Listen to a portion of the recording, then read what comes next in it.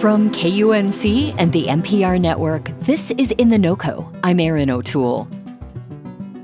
5 years ago this month, the coronavirus pandemic upended life in Colorado and around the world. And COVID changed the state's economy in an instant. Businesses and air travel largely shut down, at least for a time. There was remote work, online grocery ordering, and DoorDash meals galore. Today, we're looking at how COVID changed Colorado's economy in ways both large and small. Richard Wabikin is senior economist with the University of Colorado Leeds School of Business. If his name sounds familiar, it's likely because lots of media outlets turn to him for his analysis. We asked him about COVID's impact on Colorado's housing market, the outdoor industry, and other facets of business in the state. Rich remembers just before COVID hit, he had just given a talk that included a very promising economic forecast for 2020. At the end, someone said, "So how confident are you in this forecast?" And I said, "I'm very confident in this forecast. It would take a black swan event to derail this forecast." And so a few months later, we were in a totally different world. And when you say a black swan event, for people who are not familiar with that term, what is that? Something that's extremely unlikely to ever happen and should be unrelated to sort of the environment you're talking about. So black swans are unanticipated and unlikely to ever happen. Well, I think a pandemic certainly fits into that description. Rich, what was the moment that you started to realize the pandemic was going to have a major impact on Colorado's economy?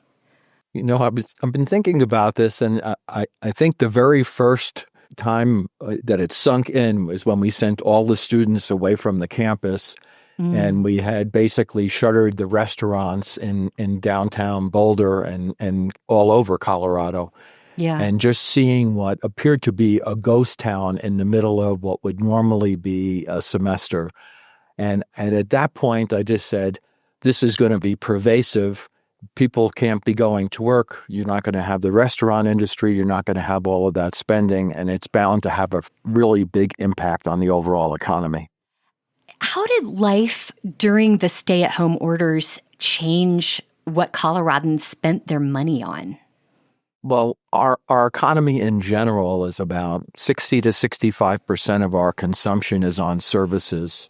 And all of a sudden, the services that we enjoy, including health clubs and restaurants and beauty salons and so on, they were gone. So we had people who had money to spend.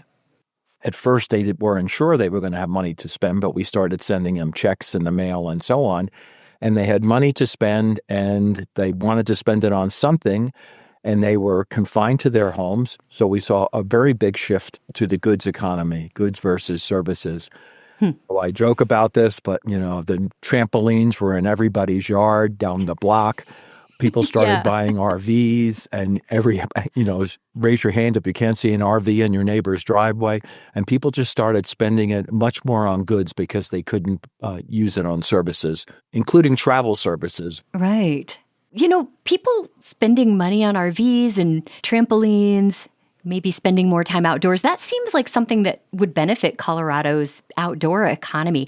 Did we see economic growth in some areas as a result of this? Oh, we definitely did. We saw, a huge increase in visits to the state and national parks. Right.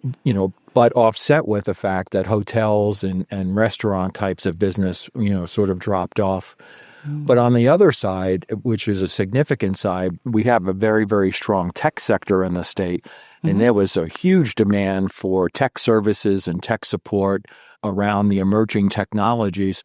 And that sector is set up to be remote capable, if you will. You can work from home and you can do these things remotely.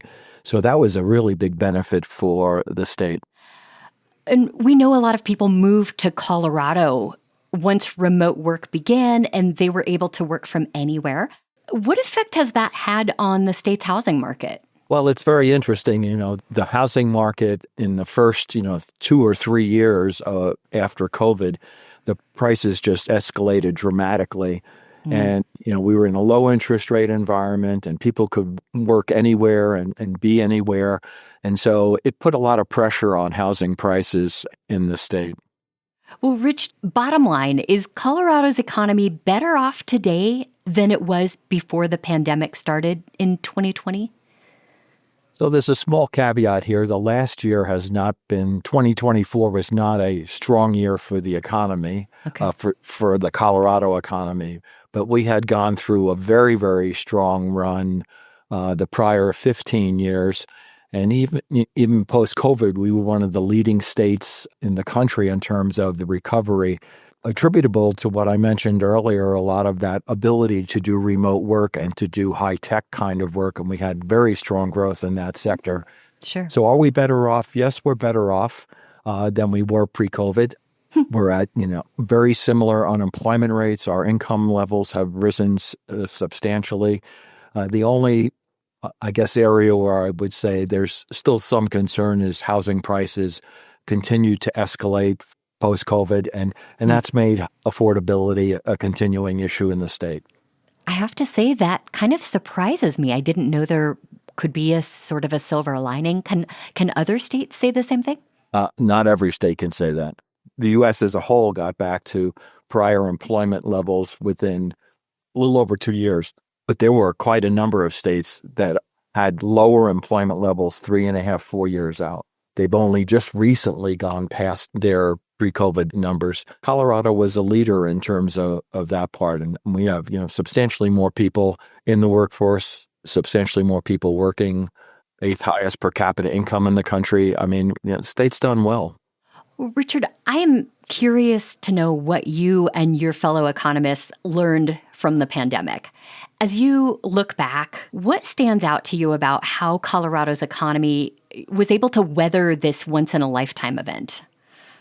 Well, what did we learn? We learned on the practical side, we learned that current data was very important when you're dealing with something you've never dealt with before. So we did a lot more analysis of spending trends from companies like Visa and MasterCard, and we were able to analyze the economy at a much different level.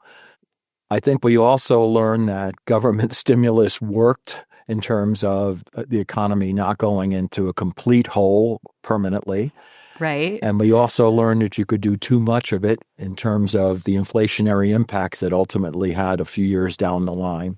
Sure. So I think we've learned a lot, but, it's one of those things, happened in the U.S. like once every 100 years. How useful is it for the next event?